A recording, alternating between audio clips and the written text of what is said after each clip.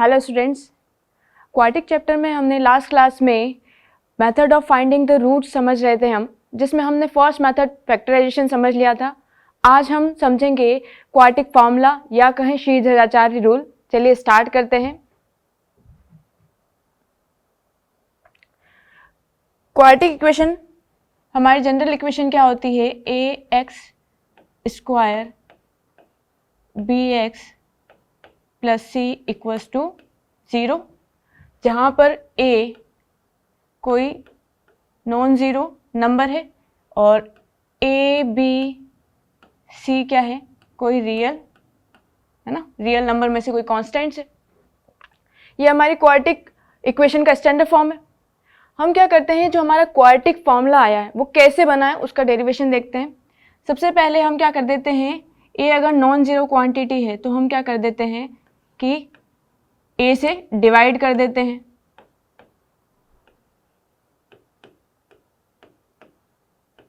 कुछ इस तरीके का बनेगा, a से a कैंसिल आउट हो जाएगा। अब हम क्या करेंगे, यहाँ पर X square B by A X equals to minus C by A लिख सकते हैं। इसको इधर लेके गए राइट हैंड साइड। अब हम क्या कर देते हैं, एडिंग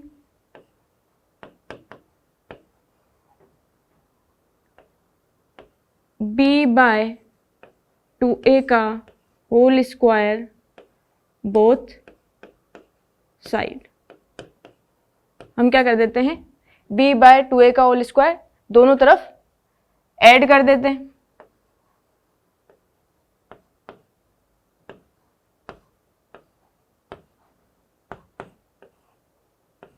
अगर हम क्या करते हैं, सेम क्वांटिटी से दोनों तरफ ऐड करते हैं तो इक्वेशन में कोई फर्क नहीं पड़ता। तो ये कुछ इस तरीके की बन जाएगी।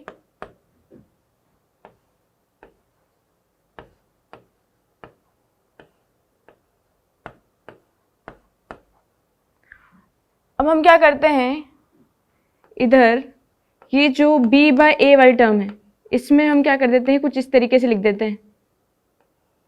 इधर आगे 2 लिख देते हैं, 2 से मल्टीप्लाई डिवाइड कर दिया है ना, कट जाएगा, इससे कोई फर्क नहीं पड़ेगा।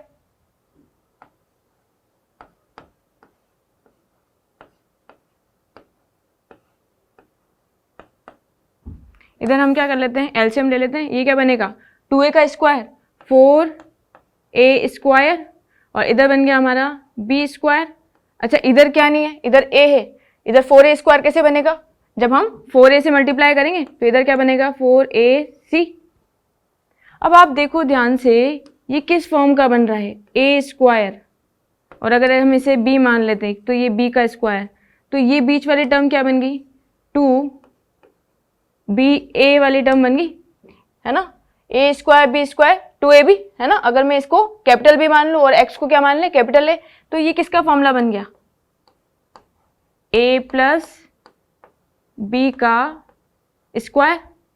तो ये क्या बन गया हमारा, x plus b by 2a का स्क्वायर, और इधर हम लिख देंगे ये b square minus 4ac by 4a square. अब हम क्या करेंगे, स्क्वायर रूट हटाएंगे तो इधर प्लस माइनस लगेगा, तो इधर क्या बनेगा x plus b by 2a,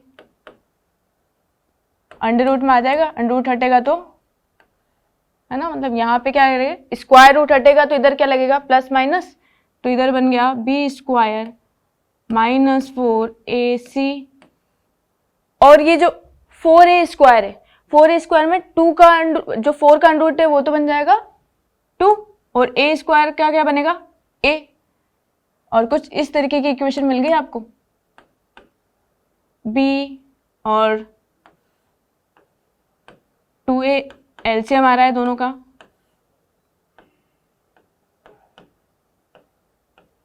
ये आपको x की वैल्यू मिल गई। यही हमारा क्या हो गया, ये जो हम फाइंड कर रहे थे रूट्स फाइंड करने का मेथड है। तो ये हमारा क्वाड्रेटिक फॉर्मूले का फॉर्मूला मिल गया कि हम क्या कर सकते हैं, कोई भी क्वाड्रेटिक इक्वेशन अगर हमें गिवन है तो हम उसके डायरेक्ट रूट्स निकाल सकते हैं ABC अगर हमें मिल गए तो। ठीक है। और a क्या होता है, एक्स स्क्वायर का जो भी कोफिशिएंट है, b क्या होगा x का कोफिशिएंट, और c क्या होगा जो कांस्टेंट टर्म है। इस तरीके से हम डायरेक्ट फॉर्मूला लगा के हम क्या कर सकते हैं, किसी भी क्वाड्रेटिक इक्वेशन का रूट्स निकाल सकते हैं। चलिए अप्लाई करते हैं एक क्वेश्चन में। ये आपको एक क्वेश्चन गिवन दे दिया है ना, क्वाड्रेटिक इक्वेशन है। अब हम लास्ट क्लास में हमने क्या सीखा था, फैक्टराइजेशन मेथड। क्या इसमें फैक्टराइजेशन मेथड लग रहा है क्या? अगर आप देखोगे तो प्रोडक्ट क्या आ रहा है, एक्स स्क्वायर और कौन से टर्म का मल्टीप्लाई करके तो 1 बन रहा है। क्या 1 को इस तरह से ब्रेक कर सकते हैं कि 3 बन जाए? तो यहाँ पे क्या हो रहा है, जो हमारा फैक्टराइजेशन मेथड था वो नहीं लग पा रहा है। तो हम क्या करेंगे, यहाँ पर ये क्वाड्रेटिक फॉर्मूला लगाएंगे। a की वैल्यू आप देखो, a क्या हो गया यहाँ पे, इसका एक्स स्क्वायर कोफिशिएंट 1, b क्या हो गया x का कोफिशिएंट, और c क्या हो गया कांस्टेंट टर्म। तो हमारा फॉर्मूला क्या है, x equals to minus B plus minus b square minus 4ac by 2a। तो यहाँ वैल्यू रख देते हैं, तो इधर बन जाएगा -3 प्लस माइनस बी का स्क्वायर, तो यहाँ पे हो जाएगा 9 माइनस 4ac, a और c तो 1 है, और इधर बन जाएगा 2। ये वैल्यू क्या मिल गई हमें, इधर √5 बन गया। तो ये आपको क्या मिल गई, इसके रूट्स मिल गए, दोनों रूट्स। एक तो हमारा क्या मिला -3 प्लस √5 बाय 2, और एक और क्या मिल गया आपको -3 माइनस √5 बाय 2। इस तरीके से हम क्वाड्रेटिक फॉर्मूले में ए बी से पहचान करके किसी भी क्वाड्रेटिक इक्वेशन का हम क्या कर सकते हैं, रूट फाइंड आउट कर सकते हैं क्वाड्रेटिक फॉर्मूले का यूज करके। ठीक है, नेक्स्ट हमारा टॉपिक है nature of the roots of quadratic equation. हम कैसे रूट्स का नेचर पता कर सकते हैं। नेचर से मतलब है कि रूट्स रियल होंगे कि इमेजिनरी होंगे, कि या दोनों रूट्स अलग अलग डिस्टिंक्ट होंगे या दोनों रूट्स इक्वल होंगे। ये सारी चीज़ें हम इस टॉपिक में समझेंगे। चलिए स्टार्ट करते हैं। हमने क्वाड्रेटिक जो फॉर्मूला पढ़ा है उसमें हमारा x की वैल्यू क्या आई थी, x equals to -b plus minus √b square minus 4ac by 2a। हम क्या कह देते हैं, ये जो अंडर के अंदर वाली वैल्यू है इसको हम कहते हैं d, और इस d का मतलब होता है डिस्क्रिमिनेंट। ये डिस्क्रिमिनेंट हमारे रूट्स के नेचर को बताता है। किस तरीके से, चलिए देखते हैं। x की वैल्यू अगर हम क्या कर दें, इधर अगर d के टर्म्स में लिखें तो इधर बन जाएगा plus minus √d bye 2a। ठीक है, हम क्या करें, अगर हम केस फर्स्ट समझते हैं कि हम क्या करें कि अगर d अगर ग्रेटर देन 0 है, अगर अंडर के अंदर वाली वैल्यू क्या हो गई, ग्रेटर देन 0 हो गई, तो हम क्या कह देंगे यहाँ पर रियल एंड डिस्टिंक्ट रूट्स। मतलब रूट्स रियल भी होंगे और क्या होंगे, अलग अलग भी होंगे, डिस्टिंक्ट होंगे। अब देखो इसमें भी दो केस बनते हैं। d ग्रेटर देन 0 तो है ही, ठीक है, इफ d ग्रेटर देन 0 और उसके साथ ही क्या हो जाए, परफेक्ट स्क्वायर हो जाए।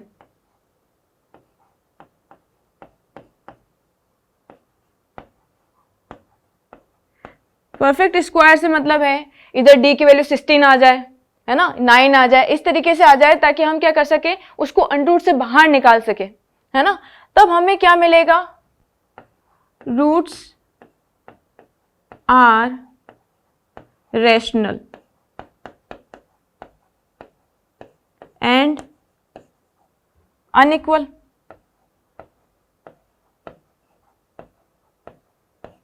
ठीक है, जब d ग्रेटर देन 0 है, परफेक्ट स्क्वायर हो गया, तो हमारे रूट्स क्या होंगे, रैशनल नंबर्स होंगे। अगर क्या हो गया कि d ग्रेटर देन 0 है आपका, है ना, इस केस में भी, बट क्या हो गया यहाँ पर, परफेक्ट स्क्वायर नहीं हुआ, नॉट परफेक्ट स्क्वायर। अगर परफेक्ट स्क्वायर नहीं हुआ मतलब √5 आ गया, √3 आ गया, है ना, डी की वैल्यू 5 आ गई, 3 आ गई, तो इधर क्या बन जाएगा √5, √3, तो मतलब उसको क्या हम रूट से बाहर नहीं निकाल पा रहे हैं। तो उस केस में क्या होगा, रूट्स कैसे बनेंगे, अंडरूट में ही आएंगे, तो उसको हम क्या कहेंगे, रूट्स आर इरेशनल। और डिस्टिंक्ट तो है ही सही, है ना, एंड अनइक्वल। इस तरीके से हम क्या कर सकते हैं, अगर d ग्रेटर देन 0 है तो हमें वहां पे रियल पता चल गया कि भाई रियल है रूट्स और डिस्टिंक्ट है, बट रैशनल है कि इरेशनल है उसके लिए हम फिर देखेंगे कि वो परफेक्ट स्क्वायर बन रहा है तो हमारा रैशनल बोलेंगे, और परफेक्ट स्क्वायर नहीं बन रहा है तो वो इरेशनल की कैटेगरी में आ गया। अब सेकेंड केस हम समझें तो अगर d की वैल्यू क्या हो जाए, 0 हो जाए, है ना, तो ये क्या बन जाए 0, तो हमारे क्या हो जाएंगे, रूट्स आर इक्वल, दोनों रूट्स इक्वल आएंगे, और जो कि क्या आएंगे, अगर इधर d की वैल्यू 0 कर दो तो क्या मिलेगी, x की वैल्यू -b/2a के फॉर्म में मिलेंगे रूट्स, इस फॉर्म में दोनों ही रूट्स इक्वल होंगे और क्या होंगे, इस फॉर्म में होंगे, ठीक है। और a और b रियल थे तो यहाँ पे भी जो रूट्स हैं वो क्या होंगे, आपके रियल नंबर्स ही होंगे, है ना, रूट्स रियल होंगे और इक्वल हो जाएंगे। अगर हम क्या करें, केस इको केस लेते हैं, थर्ड केस, जहां पे क्या हो जाए, d इज लेस देन 0 हो जाए। लेस देन 0 का मतलब क्या हुआ कि यहाँ पे जो x की वैल्यू थी अंडररूट के अंदर कोई नेगेटिव नंबर आ गया तो हम उसे क्या कहेंगे, इमेजिनरी रूट्स हो जाएंगे, ये दोनों इमेजिनरी रूट्स भी हो जाएंगे और अनइक्वल भी रहेंगे। इक्वल का केस सिर्फ d = 0 में ही आएगा, तो दोनों रूट्स आपके क्या हो जाएंगे, इमेजिनरी हो जाएंगे और अनइक्वल हो जाएंगे। इस तरीके से हम डिस्क्रिमिनेंट का यूज करके हम उसके नेचर को पता कर सकते हैं। क्या करेंगे, सबसे पहले अगर d निकालेंगे, d की वैल्यू ग्रेटर देन 0 आती है तो हम देखेंगे कि ये परफेक्ट स्क्वायर बन रहा है या नहीं बन रहा। अगर परफेक्ट स्क्वायर बन रहा है तो हम उसे कहेंगे रैशनल रूट्स, है ना, रियल तो ही सही पर रैशनल भी है। और क्या कहेंगे, अगर परफेक्ट स्क्वायर नहीं बन रहा है तो हम कह देंगे उसको इरेशनल रूट्स। अगर हम सेकंड केस की बात करें, अगर d 0 आ गया तो हम कह देंगे इक्वल रूट्स है और दोनों रियल नंबर्स है। थर्ड केस में क्या हो जाएगा हमारा, अगर d क्या हो जाए, नेगेटिव आ जाए, है ना, लेस देन 0 आ जाए तो हम उसे क्या कह देंगे, इमेजिनरी रूट्स, और क्या कह देंगे, इमेजिनरी अनइक्वल रूट्स। अब इसको इस तरह के क्वेश्चंस करते हैं हम, है ना, the number of integral value of k for which the quadratic equation, आपको क्वाड्रेटिक इक्वेशन दे रखी है, will have two rational solution। Solution का मतलब रूट्स ही है। अब हमने रैशनल रूट्स का मतलब क्या समझा था, है ना, तो रैशनल रूट्स कहाँ कहाँ हो सकते हैं। एक तो हमारे इसमें देखो, जब हमारा d ग्रेटर देन 0 होता है तो d ग्रेटर देन 0 और परफेक्ट स्क्वायर हो जाए तब हम क्या कहते हैं, रैशनल रूट्स कह देते हैं, है ना। और ये जो इसमें ये जो मिल रहा है ये भी एक रैशनल नंबर ही है, क्योंकि हमारे a और b रियल नंबर से, तो इनको डिवाइड करने से हमें क्या मिलेगा, रैशनल नंबर मिल जाएगा। तो हमारी केस क्या हो जाएंगे कि हमें रैशनल सॉल्यूशंस चाहिए, तो दोनों केस में मिल रहा है। एक तो क्या हो जाएगा, d ग्रेटर देन 0 भी होगा और इक्वल्स टू 0 भी हो सकता है। इन दोनों ही केस में हमें क्या मिलेगा, रैशनल रूट्स मिल रहे हैं। चलिए करते हैं, d का वैल्यू क्या होता है, b² -4ac। अब इस इक्वेशन में देखो, a क्या है 2, b क्या है k और c क्या है हमारा -4। इसमें वैल्यू रख देते हैं तो क्या मिलेगा हमें, k² और इधर हो जाएगा 4, a हमारा 2 है और इधर भी हो जाएगा -4। सिंप्लीफाई कर लेते हैं, इधर क्या बनेगा प्लस का 32। अब आप देखो के की आपको इंटीग्रल जो आपको क्या करना है, इंटीजर वैल्यू पता करनी है ना। तो इंटीजर वैल्यू में क्या होगा कि क्या ऐसी कोई वैल्यू हो सकती है के की जो इसमें 32 में ऐड करें और हमें क्या मिल जाए, इससे 0 मिल जाए, क्योंकि दोनों केस बात हो रही है हमारी d इक्वल्स टू 0 भी और d ग्रेटर देन 0 दोनों के सॉल्यूशन लेंगे। तो क्या कभी d 0 के इक्वल हो सकता है क्या, k की कोई ऐसी वैल्यू हो सकती है, क्योंकि k स्क्वायर एक पॉजिटिव क्वांटिटी है, पॉजिटिव क्वांटिटी में वापस से कोई पॉजिटिव ऐड करने से d इक्वल्स टू 0 तो होता ही नहीं है। अब आप सोचो कि हम क्या कर सकते हैं, इसको एक परफेक्ट स्क्वायर बना सकते हैं क्या, क्योंकि हमने जो केस देखा था d ग्रेटर देन 0 में भी रैशनल रूट्स का कौन सा था, परफेक्ट स्क्वायर जिसमें बन जाता है उसी में हमें रैशनल रूट्स मिलते हैं। तो हमें परफेक्ट स्क्वायर की तरफ देखना है, क्योंकि अगर हमारा परफेक्ट स्क्वायर नहीं बना तो वो इरेशनल रूट्स आ जाएंगे, है ना। तो हमें रैशनल रूट्स ही चाहिए, तो हम क्या देखें कि k की वैल्यू क्या क्या पॉसिबल है कि हमें क्या परफेक्ट स्क्वायर मिल जाए। तो आप देखोगे कि k की वैल्यू अगर हम क्या डाल दें, 2 डाल दें, तो इधर क्या बनेगा, 2 का स्क्वायर 4 बन जाएगा और 36 बन जाएगा। उसी तरीके से k की वैल्यू हम -2 भी डाल सकते हैं, क्योंकि -2 का स्क्वायर भी 4 बनेगा और इसमें 32 में ऐड करके 36 बन जाएगा और इसका अंडर हम 6 निकाल लेंगे, है ना। तो यहां से हमें क्या पता चला कि k की कितनी वैल्यू पॉसिबल है जिससे हमें इस क्वाड्रेटिक इक्वेशन के क्या मिले, रैशनल रूट्स मिल जाए। तो हमें कितनी 2 वैल्यू पॉसिबल है, 2 और -2, ठीक है। नेक्स्ट क्वेश्चन देखिए, the value of k for which the quadratic equation, आपको क्वाड्रेटिक इक्वेशन दे रखी है, हैज इक्वल रूट्स। अब इक्वल रूट्स का कौन सा केस पढ़ा था हमने, वो d इक्वल्स टू 0 वाला देखा था ना अपने, वही करेंगे यहाँ पे। तो आप देखो kx square minus kx plus 1 equals to 0। अब यहाँ पर a की वैल्यू क्या है, k है, b की वैल्यू क्या है -k और c की वैल्यू क्या है 1। आप ये ध्यान रखना, क्वाड्रेटिक इक्वेशन की नेसेसरी कंडीशन क्या है कि ये जो एक्स स्क्वायर का जो कोफिशिएंट होता है वो क्या होना चाहिए, नॉट इक्वल्स टू 0 होना चाहिए। तो हम क्या कह देंगे कि यहाँ पे जैसे हमारा a नॉट इक्वल्स टू 0 लिखते थे, तो यहाँ पे क्या होना चाहिए k नॉट इक्वल्स टू 0। ये क्वाड्रेटिक इक्वेशन बनने की कंडीशन है कि k नॉन 0 होगा तभी ये 2 डिग्री की इक्वेशन बनेगी, तभी हमारी क्वाड्रेटिक इक्वेशन रहेगी। अब हम क्या करते हैं, इसका डिस्क्रिमिनेंट निकाल लेते हैं। तो डिस्क्रिमिनेंट क्या निकल रहा है हमारा, b स्क्वायर -4ac से निकाल लेते हैं। तो क्या वैल्यू मिल रही है आपको, k स्क्वायर -4 k और इधर 1, तो इधर वैल्यू मिल गई आपको k स्क्वायर -4 k। अब आपको इक्वल रूट्स की कंडीशन क्या है, d equals to 0 4 equal roots की कंडीशन है d इक्वल्स टू 0। यहाँ से 0 करके देखो तो इसके फैक्टर बन रहे हैं k -4 इक्वल्स टू 0। यहाँ से k की वैल्यू क्या क्या मिल रही है, एक तो 0 और एक 4। बट यहाँ से जो 2 वैल्यू मिल रही है, बट एक और कंडीशन हमारे पास जो क्वाड्रेटिक होने की कंडीशन है, k नॉट इक्वल्स टू 0। तो k 0 नहीं हो सकता, तो हमारे पास सिर्फ k की एक ही वैल्यू रह गई। क्या वैल्यू मिली हमें, k इक्वल्स टू 4। यही कंडीशन है ओनली, है ना।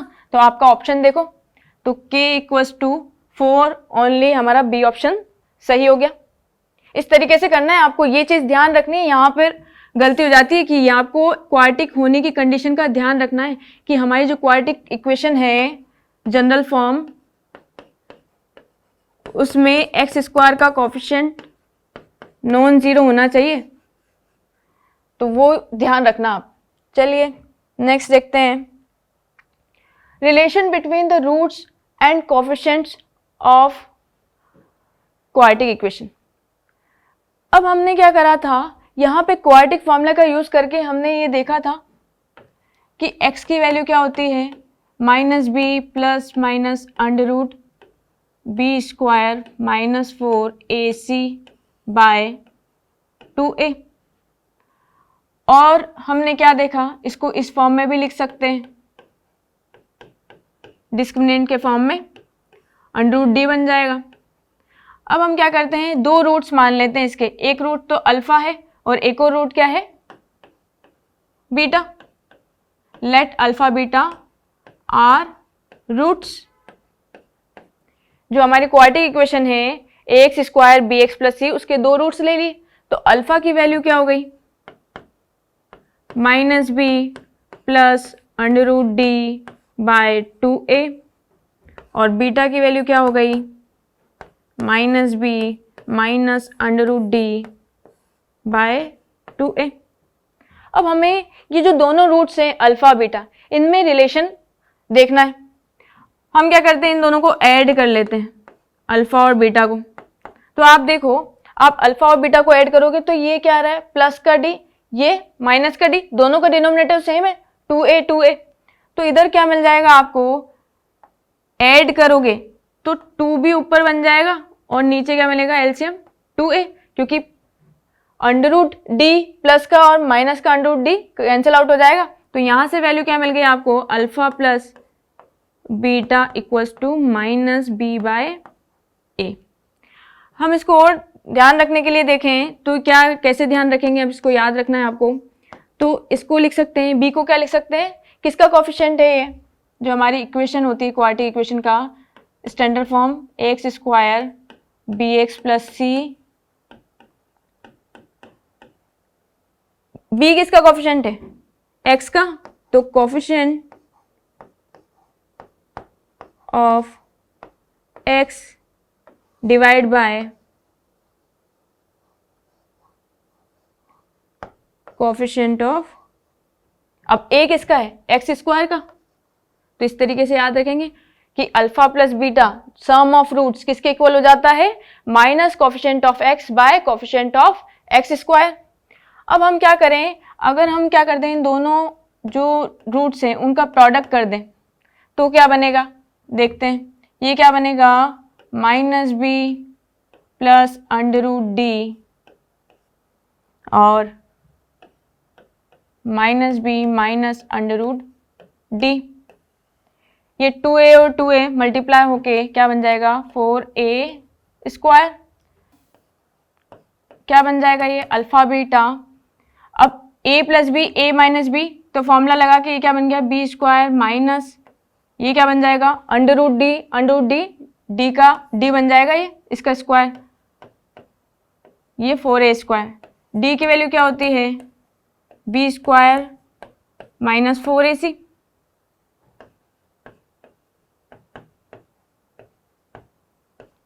B square minus 4ac by 4a square. तो ये बी स्क्वायर से बी स्क्वायर कैंसिल आउट हो जाएगा, तो ये क्या बन गया, alpha beta equals to 4ac by 4a square. ये बन गया अपना c बाय a।